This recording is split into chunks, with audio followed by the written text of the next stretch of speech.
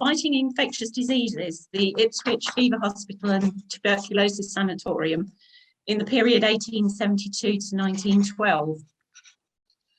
So as Margaret just said, I've been researching the lives and in particular the health of people who lived in Ipswich during the 19th and early 20th century for a number of years now. And looking at the endemic and epidemic diseases they faced at that time, I was always struck by just how dangerous and destructive an infectious disease for which they had no vaccine or effective treatment could be. So, of course, I felt glad to have been born in 1962 and be living through into the 21st century. But then, of course, last year, COVID-19 arrived. Thanks to modern medicine, we now have better treatments, and of course, we now have the vaccine. But during 2020, the most effective defense we had against the disease was isolation. So this led me to have a fresh look at the isolation methods used in Ipswich during my period of interest.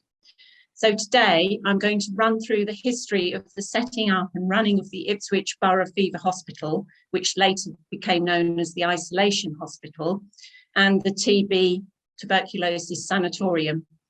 So I'll look at the diseases these hospitals were isolating and attempting to treat, and then sum up how effective I think they were. So firstly, here are the infectious diseases which were isolated in Ipswich during the period in question. So there were only 5, although there were obviously very, very many infectious diseases at the time, there were only 5 that they were isolating. And these were, first of all, smallpox, which affected everyone, scarlet fever and diphtheria, which mostly affected younger children, with diphtheria being the principal cause of death in the 5 to 9 age group during the decade 1891 to 1910. Then we had typhoid fever, which mostly affected the population over 5. And then a strange sounding disease, which is not, this name is not familiar to us these days, phthisis, or pulmonary tuberculosis, or consumption, as may be a bit more familiar to us. But I've tended to use the term phthisis as that was the most commonly used at the time. So was there any effective treatment for these diseases at that time?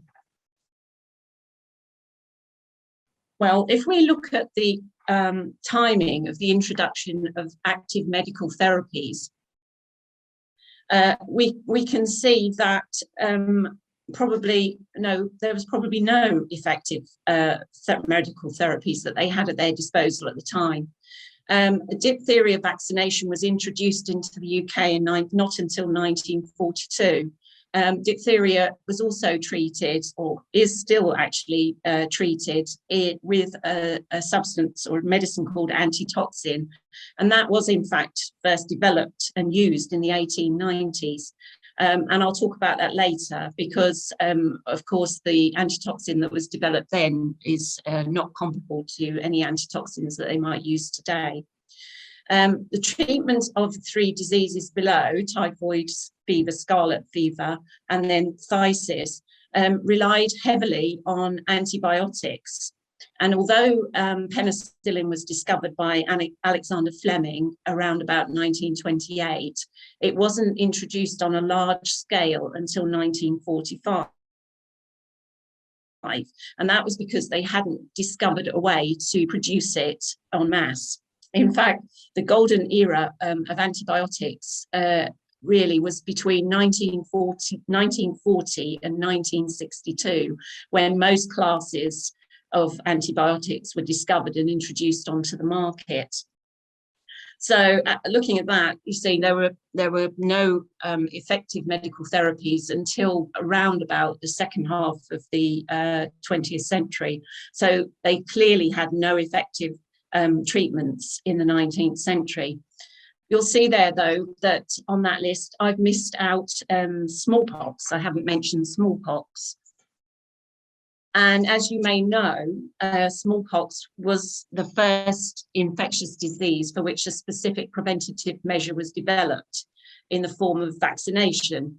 Vaccination became widely accepted from the early 1800s, and the disease eventually diminished as a major cause of death over time. But despite vaccination, epidemics of the disease still cropped up. The 1872 national epidemic was particularly virulent and deadly even to vaccinated people. I think you could, I don't know if you can see my cursor here, but on the graph here, which shows the death rates for smallpox in Ipswich in England and Wales, Ipswich is the pink line, that shows you, the peak there shows you the results of the 1872 epidemic. So Ipswich generally had a very good vaccination record, but during the 1872 epidemic, 145 people died. Fortunately, there were no further epidemics in Ipswich after that time, and deaths declined consistently down to 0. As you can see here on the bottom of the graph here, up to the decade 1901, 1910, by the end of the century. But nevertheless, people, of course, at that time weren't to know this. And the medical officer of health always remained vigilant to any new cases, and the fear of further epidemics never went away. So it was in response to the particularly bad 1872 epidemic that the Ipswich Borough Fever Hospital was opened in a hastily erected building. So this slide here shows you the notice board. It's a later notice board, and we know that because it only became known as the Ipswich Isolation Hospital after 1927. Up to that point, they called it the Ipswich Borough Fever Hospital, and it was put up on Foxhall Road. And for anyone who knows Ipswich, it was located where St Elizabeth Hospice is now, opposite St Clement's, the old St Clement's Psychiatric Hospital, which is now being turned into housing. So isolation had been a frontline response for centuries to prevent the spread of infection. So although it wasn't until the mid to late 19th century that it began to be understood that infectious diseases were caused by pathogenic organisms, people knew that keeping the sick away from others had a beneficial effect. So I'm just going to run through the timeline of the development of the Ipswich Borough Fever Hospital from that very first hastily put up building on the site in 1872 to what it became in the early 20th century. So as I said, it was opened in response to the smallpox epidemic and was always ready for an emergency. It was occupied twice in 1872 with the smallpox cases, but then also with some scarlet fever cases. By the end of 1875, the hastily erected building was in a pretty poor state. Now, the hospital was a municipal building, and decisions lay with the council, and they were advised by the newly appointed medical officer of health at the time, Ipswich's first medical officer of health, George Ellis, and the Public Health Committee. So at this time, the council were reluctant to spend too much money on the building, which was, the way of the council in those days, as I've discovered, the Victorian Council. And so the building was patched up and used until 1881, when finally a new hospital was built. And it was opened on the old site of the temporary building, so the same place on Foxhall Road. And the new building had 4 blocks. One of those was the administration block, and the other 3 blocks had 2 wards each, so that they could keep the diseases that they were, the infectious diseases that they were wanting to treat, well away from each other in different blocks. So during the decade 1881 to 91, admissions went up and down, obviously depending on the occurrence of diseases. But by 1891, it was clearly too small. On the 26th of October 1891, there were 31 patients in the 30-bed hospital, and it was reported to the medical officer of health that 2 of the patients were sharing a bed. So clearly, something needed to be done. And over the next couple of years, they put up a new iron building in the grounds, which provided a further 10 beds. Now, I think, having read the medical officer of health's reports, the iron building wasn't ideal because it was pretty cold in the winter and far too hot in the summer. But I suppose we could say it was better than nothing. Then in 1897, a disinfecting chamber was built at the hospital.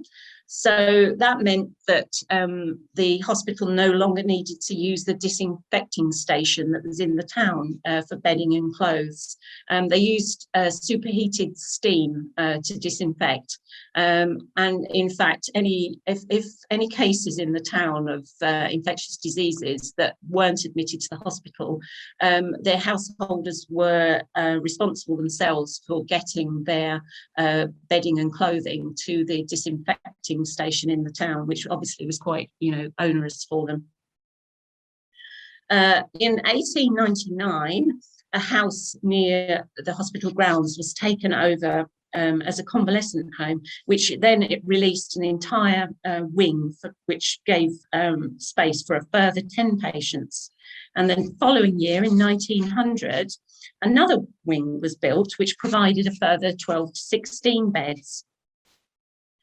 Still growing, by 1902, the hospital put up another iron building, which gave them a further 24 beds. And adding that up, I come to 90 beds. So by 1902, they had 90 beds, but that's always supposing that some of the other old beds weren't closed down or removed or spaced out. But so we're looking at round about 90 beds by 1902. In 1906, a new nurses' home opened on the site. So in the early days of the hospital, nursing was carried out by nurses from the Ipswich nurses' home.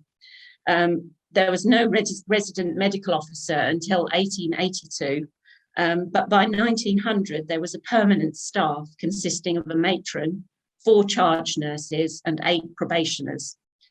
During quiet periods, the nurses were sent out on private cases, and the fees earned were then paid back to the council via the Public Health Committee.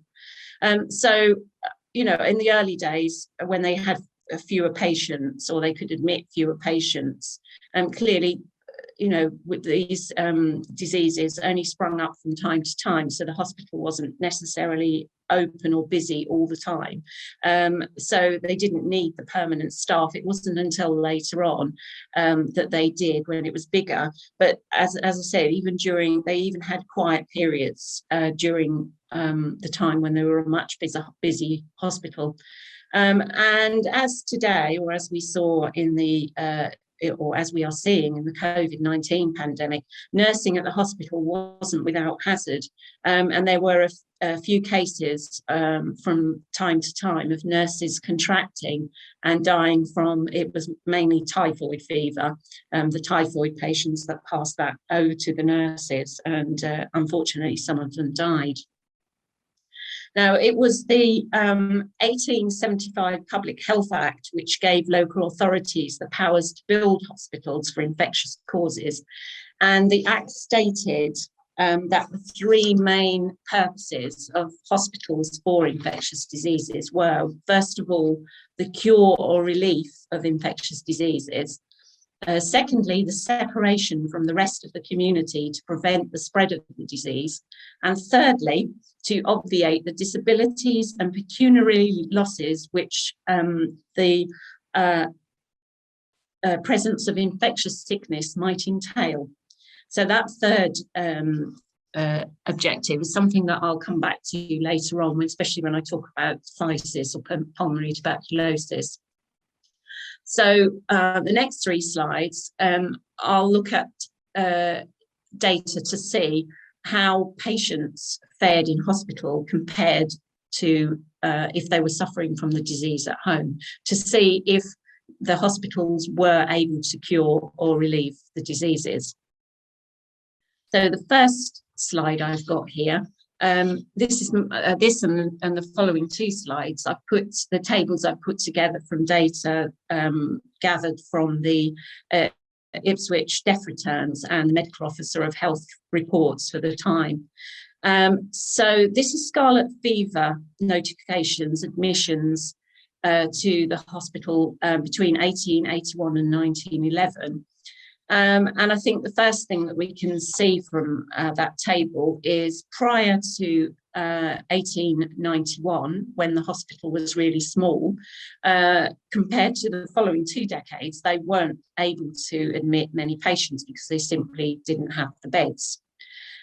You'll see in the number of cases notified also in 1881 to 90 that's non-applicable. We have no figure there, and that's because the Infectious Diseases Act didn't come in until 1889, and that act required householders and general practitioners to report cases to the local sanitary authority of infectious diseases, including smallpox, typhoid, diphtheria, cholera, and so on.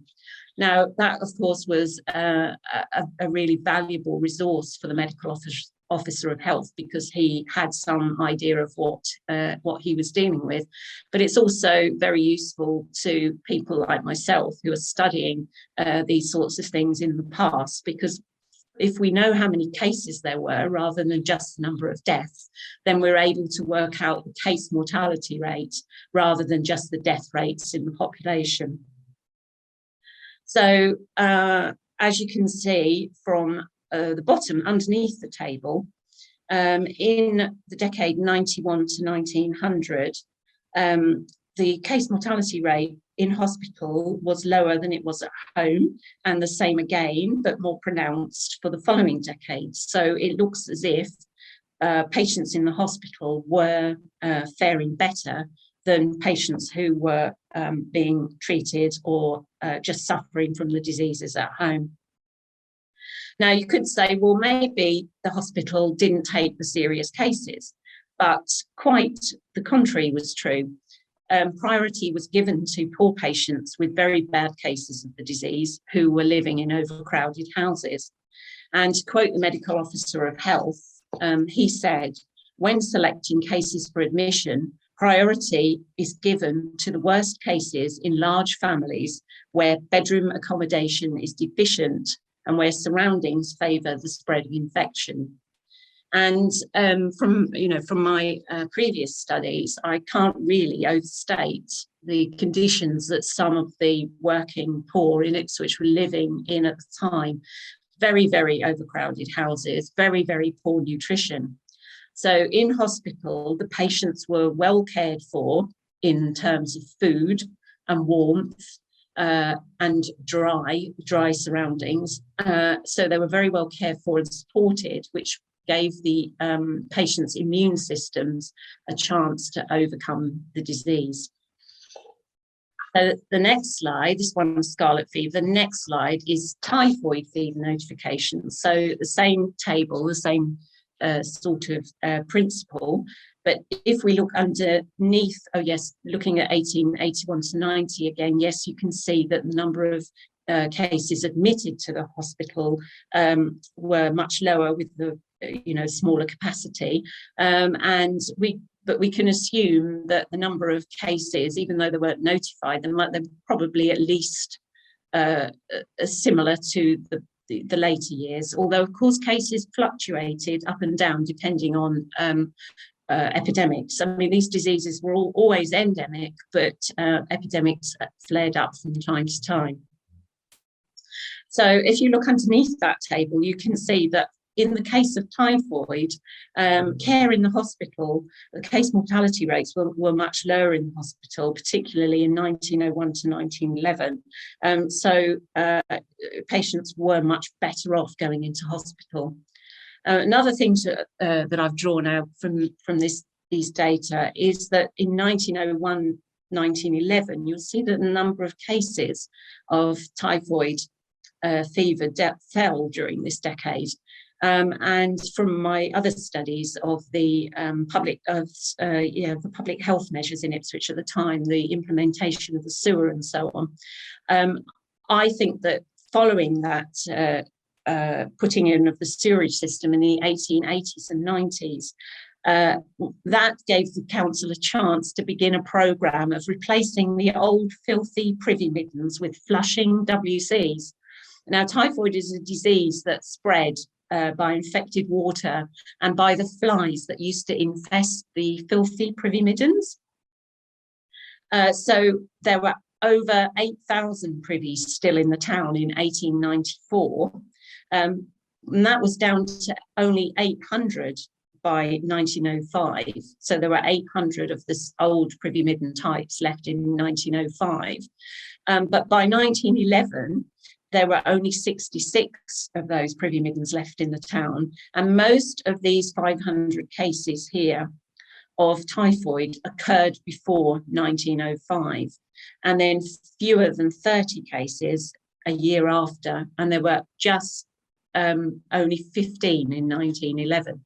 So to me, I'm drawing the conclusion that the substitution of those privies for the WCs had a real effect on the transmission of typhoid fever.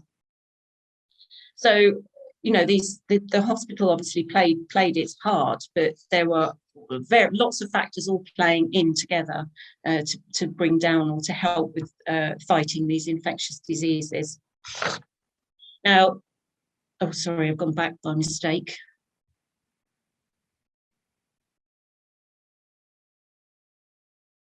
Right, so diphtheria, which was another of the diseases that they admitted to the Borough Fever Hospital. And again, we can see 1881 to 90, they weren't able to admit very many cases there. Not too many cases admitted either in 1891 to 1900, and I don't know why. But then in 1901 to 1911, a really, a good majority of the cases there were admitted to the hospital. And again, we see that patients fared better if they were admitted to the hospital in terms of death than if they suffered their illness at home. Now, the medical officer of health was keen that diphtheria patients were admitted into the hospital because he believed that treatment using a new medicine at the time that I mentioned earlier when I was talking about effective therapies called antitoxin could be effectively administered to the patients in hospital rather than at home. And if we look at this next slide here, now these are death rates per 100 cases in 5 yearly periods, and the red writing, the star there, shows you that is when antitoxin was introduced to patients in Ipswich from that time, from 1895. So antitoxin at that time was developed as a result of research at the Pasteur Institute, and it was made from blood or serum from an animal which had been immunized with an injection of diphtheria toxin. So antitoxin gained widespread attention in 1895 and began to be used in Ipswich between 1896 and 1900, as shown on my table. As I said, the medical officer of health and the public health committee were very keen to use it, and they believed it was very effective. And if you look at the table, the data do tend to back up their theory that it was, because obviously the death cases started to fall from that time. But we're not too sure today how effective that antitoxin treatment was. And it's been debated by medical historians, and their conclusion is at the moment that there were much milder strains of diphtheria circulating in the community after that sort of time. So it could be just coincidence that deaths from diphtheria came down. So we just don't know really. So if we go back to the original purpose of the hospital in 1872, which was to isolate and support smallpox cases, by 1910, they had no deaths having occurred since the 1880s from smallpox, and very few cases needing to be admitted. The smallpox ward was altered to take in patients suffering from phthisis, which, as you might remember from what I said earlier, was pulmonary tuberculosis or consumption. Now, I'll show you this graph here, which shows quite dramatic, steady decline from deaths from phthisis in Ipswich from 1871. Now, this shows the death rate for all ages of the population, still quite a major cause of death for everybody, but particularly on this next slide, for the population aged 15 to 34. So a higher death rate there, if you look up the left-hand side there on the axis there, but still, nevertheless, apart from a slight peak in the 1860s, a very, very steady decline in deaths for that age group too. Now, it was thought that a great deal of the population in the 19th century had been infected with tuberculosis. And then when diagnostic tuberculin tests were developed in the early 20th century, they determined that there had been widespread exposure to infection. So almost everybody had contracted tuberculosis at some time. But contracting the disease didn't always mean that death was inevitable. So the balance between the seriousness of the infection, the degree of resistance of the infected person, and their general state of health and standing of living was crucial to the outcome. So many were able to overcome the initial infection and didn't develop progressive fatal phthisis. So it was living conditions really in their early childhood that were crucial to a later ability to resist the disease. Those aged between 5 and 15 had a higher resistance than any other age group. The severely affected died in infancy, and the ravages of a reactivated or a new infection didn't take effect until about the age of 15. So gradually, improving diet and living conditions eventually led to fewer unhealthy young adults, but older people were still susceptible because of their childhood circumstances. Even though mortality rates had steadily declined, as is quite obvious from the two graphs that I've just shown you, the medical officer of health at the time, this was now Arthur Pringle, who took over from George Elliston, who was the first for Ipswich. So now Arthur Pringle was the second medical officer of health for Ipswich. And the Public Health Committee was still very concerned about the disease. At the end of the 19th century, a new workhouse and infirmary had been built in Ipswich with a special annex reserved for phthisis cases. But unfortunately, it wasn't expected that any treatment that the cases received into the infirmary would show any degree of success, as they were always far too advanced on admission. And the authorities were very concerned mostly about the pauperizing effect of phthisis. So in 1909, 33% of those who died were in receipt of poor law relief. And Pringle stated that phthisis was the cause of poverty in the vast majority of cases, and the disease caused a downward spiral. As the disease developed, patient became more unfit, their earning capacity diminished, reducing them to circumstances which would then have a more detrimental effect on their health, and so on and so on.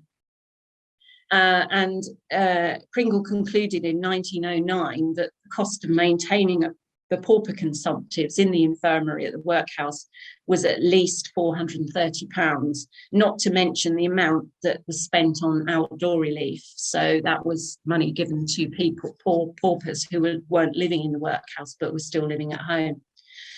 Dr. Pringle concentrated very much in his 1910 annual report on the subject and the idea of providing Ipswich with a purpose-built sanatorium, which was picked up by the chairman of the Public Health Committee, Alderman William Paul.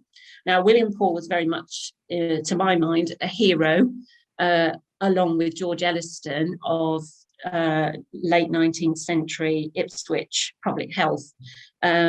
William Paul was always behind every scheme that the medical officer of health put forward, and he was very, very active, and he did an awful lot for Ipswich.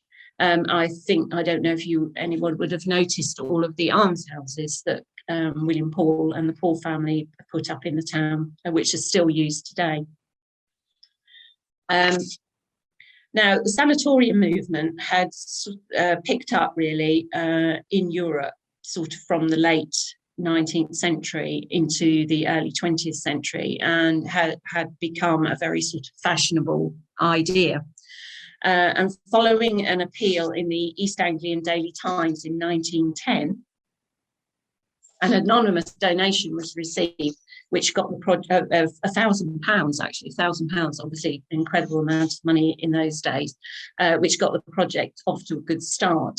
And then a public meeting was held in June, and subscriptions began to pour in. Fundraising events were held, and then a house-to-house collection was made in September of that year. The final amount raised was £15,185, 10 shillings and sixpence. And towards this sum, William Paul himself had contributed the enormous sum of £5,000. So once they'd raised the money needed, William Paul and Dr. Pringle visited numerous sites, but then they decided on the spot on the south side of Vauxhall Road. Now, this was much further up Vauxhall Road than the Fever Hospital was, and in fact was on the site of the current Nuffield site, Nuffield Private Hospital in Ipswich. So plans for the building were drawn up. Medical superintendent, who'd formerly been the resident physician at the Brompton Hospital, was appointed, and the King Edward Memorial Sanatorium, as it was named, was opened on the 14th of June 1912. And here is a picture of the sanatorium showing William Paul in the car, not sure which one he is, at the entrance to the administration block. So the next photograph shows the driveway and main entrance. The sanatorium was approached by a well-made up drive through a pair of handsome iron and bronze gates. This is a photo of the administration block, and it contained a large variety of rooms with accommodation for the medical superintendent, matron, and the rest of the staff.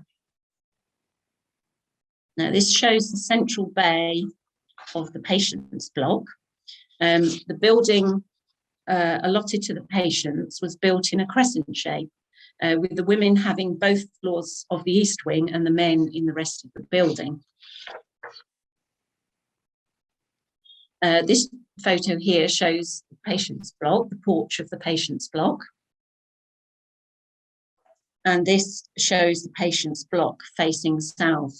And this block had room for 45 men, 20 women in 19 single rooms, 14 double rooms, and 6 three-bedded rooms. Now, this shows one of the patient's bedrooms, which looks to me a little bit sparse, but they weren't supposed to stay in their rooms except for when they were too ill to go out or they'd retired to rest. The building had large double louvre doors, which I'll show you if I show the previous one. I think you can see there. They had a terrace outside the doors, and the doors could be folded back, and the patients' beds could be pushed outside if it was a fine day or they needed to get some fresh air. Now, this is a picture of the kitchen. So as well as plenty of fresh air, it was considered important to recovery that patients were provided with a good quantity of good quality food, which is, so apart from the very spacious area accommodation, which most of the patients wouldn't have experienced in their own homes, They also had provided to them good food, which is also something that would have been difficult for them to maintain a healthy diet at home. This photograph here shows the dining hall, and I assume that this was probably when photos taken just before the sanatorium opened, as there don't look to be any chairs there, and the building at that room looks to be rather empty. Now, I thought this was a rather interesting photo of a crockery rack. So each patient had 3 white plates and a mug and a knife, a fork and a spoon of their own, and they were kept on these special crockery racks with numbered sections which corresponded to their bed number. So I think you can see here, we've got number 23 and number 45. I don't know why where all the numbers in between were, but the next slide shows the washing up room. So after meals, patients had to wash, dry and put away their own crockery. And they also had corresponding numbered towels to dry up with. So in fact, everything they used from their boot cupboard to the coat hook were all numbered. This was a perfectly sensible measure, as TB could easily be transmitted via contaminated eating utensils. However, it strikes me that the general attitude to the patients at the TB sanatorium was similar to that of inmates at the workhouse. After all, these weren't well-off TB patients.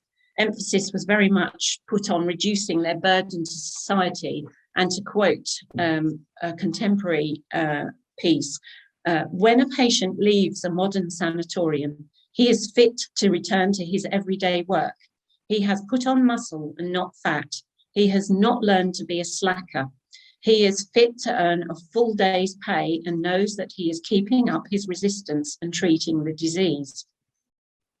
So that harks back to that 1875 Public Health Act, 3 stated aims of the purpose of the fever of the isolation hospitals, that people with these diseases were not to become a burden on society. In 1912, when the sanatorium opened, clinical treatment for the disease was limited, as we know, and at that time the sanatorium focused on treating the patient with a suitable quantity and quality of food, necessary rest graduated with appropriate exercise and work and plenty of fresh air. So, and patients were also taught how to prevent themselves from being a danger to others in spreading the disease.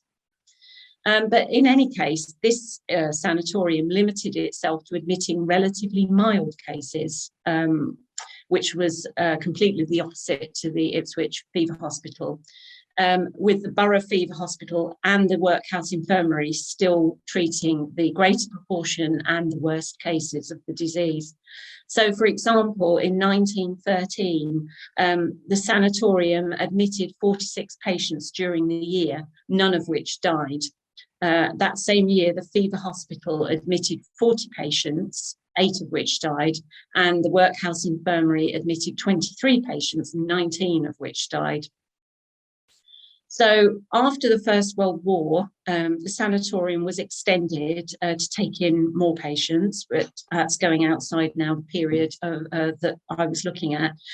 In 1948, it was taken over by the NHS. It eventually closed in 1975 and was badly damaged by vandals, which is a real shame, looking at that beautiful building that they first opened in 1912. So it was demolished in 1982, and the new Nuffield Hospital, which was built on the site, was opened in 1997. So, in conclusion, how effective were these 2 Ipswich hospitals in fighting infectious diseases? Well, during the period, I think I've shown that there was never any hope that the diseases in question would be stamped out. The Fever Hospital was only really large enough at that time too, and organised enough to have any real impact after 1890. And the main benefit that the Fever Hospital afforded was the care and support that it provided for patients that they couldn't have received elsewhere. Fever hospitals have been described as the poor man's spare bedroom. These hospitals were there to serve the working and lower classes, since those in society who could practiced isolation and care for the patient at home. Before the TB sanatorium was built in 1912, the only provision in Ipswich for phthisis sufferers was the Union Infirmary, and that was only when all hope of recovery had passed. And as I mentioned previously, the Fever Hospital had just started to take in consumptives, but the new purpose-built sanatorium then could only have been a good thing for the working people of Ipswich. Catching the disease in its early stages and offering good care helped to abate the disease and prevent it from developing further. Many people did, of course, after a fairly prolonged stay in the hospital, get better and come out and lead a long and healthy life. It took a few decades after the period we're looking at today for these infectious diseases to be consigned to history, at least in the UK anyway. But we shouldn't be too complacent, as we hear that new strains of disease are becoming resistant to antibiotics. And as we know, the danger of the emergence of completely new infectious diseases like COVID-19. So that's it. Any questions? I'm happy to try and answer them. Thank you very much.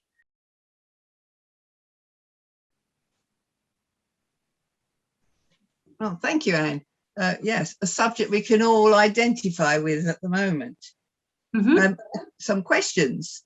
Were the patients allowed visitors? Yes, they were. Certainly, I know in the Borough Fever Hospital they were.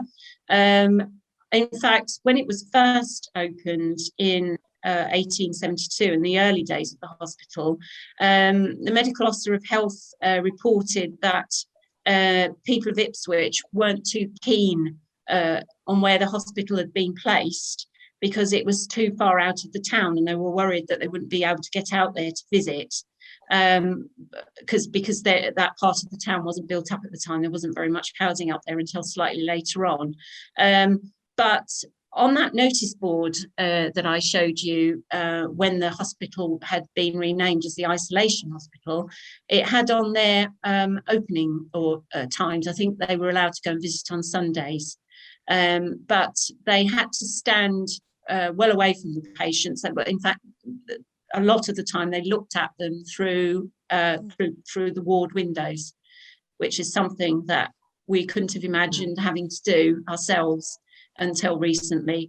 I know for a fact that later on in the 20th century, I've heard of people talking about going to visit relatives and friends at the sanatorium on the King Edward's Memorial Sanatorium. So they were definitely allowed visitors.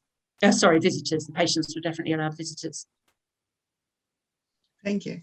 We've had some more questions come in. What was the date and function of Isolation Hospital building near Bell Lane, Kesgrave? Right, yes, I did. I have looked into that. That's way outside my my period of interest. That was later on. That was in the 1920s, I believe, and there was a resurgence of concern about another smallpox epidemic as soldiers were being transported around the world following the First World War. I think there were a few cases that were starting up, and they opened that ready just for the smallpox cases in case it started to take a hold in the 1920s. But of course that never happened, but they weren't to know, so the hospital was put on standby. Thank you. And there's one here, I think you might have answered this or touched on it. Was there ever a fever hospital on Foxhall Road across the fields on the right hand side, way before you get to the current Nuffield Hospital? That might be the one that we're talking about. Yes, the Bell Lane. Oh no, but Bell Lane's after, so it depends which direction you're coming in.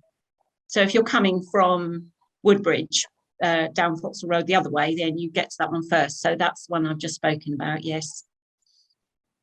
And one more, it does sound that Ipswich was quite enlightened in the fight against disease.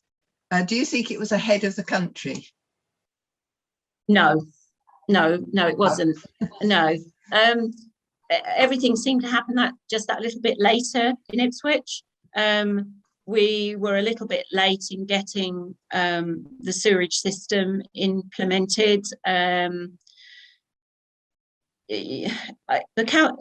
council used to debate and discuss things endlessly and put things on the back burner until eventually they were forced into doing something. So prior to the hastily erected fever hospital in 1872, there had been an old, what they called a pest hospital in Ipswich. So it wasn't really until that very nasty 1872 epidemic that they were actually forced into doing something. And then it then took them several years after that to get a proper hospital built. Even though they quite clearly needed it, the council just didn't want to spend money on it.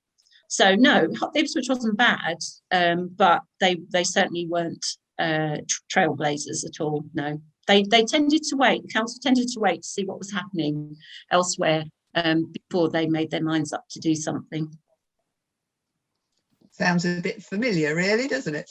Yes. So, well, thank you very much. And back to Margaret. Well, thank you, Anne, for a really amazing talk.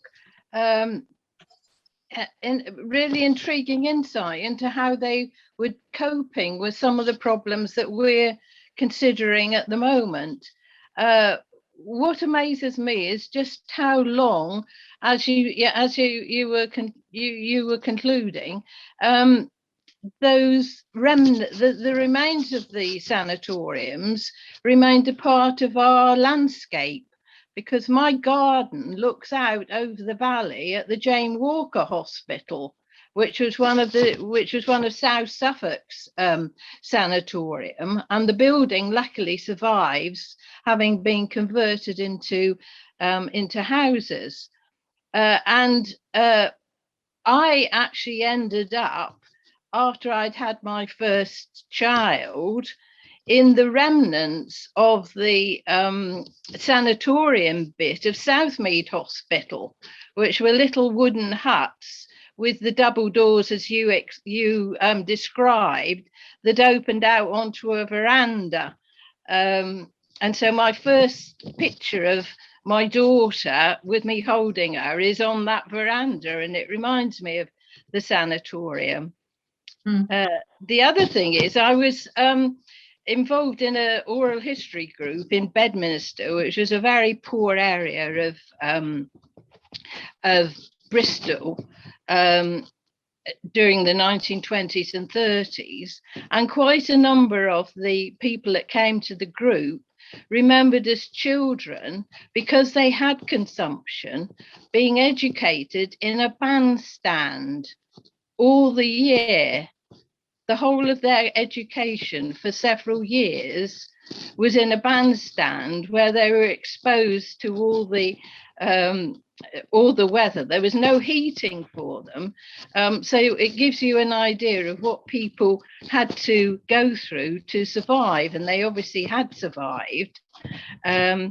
But memories like that surviving.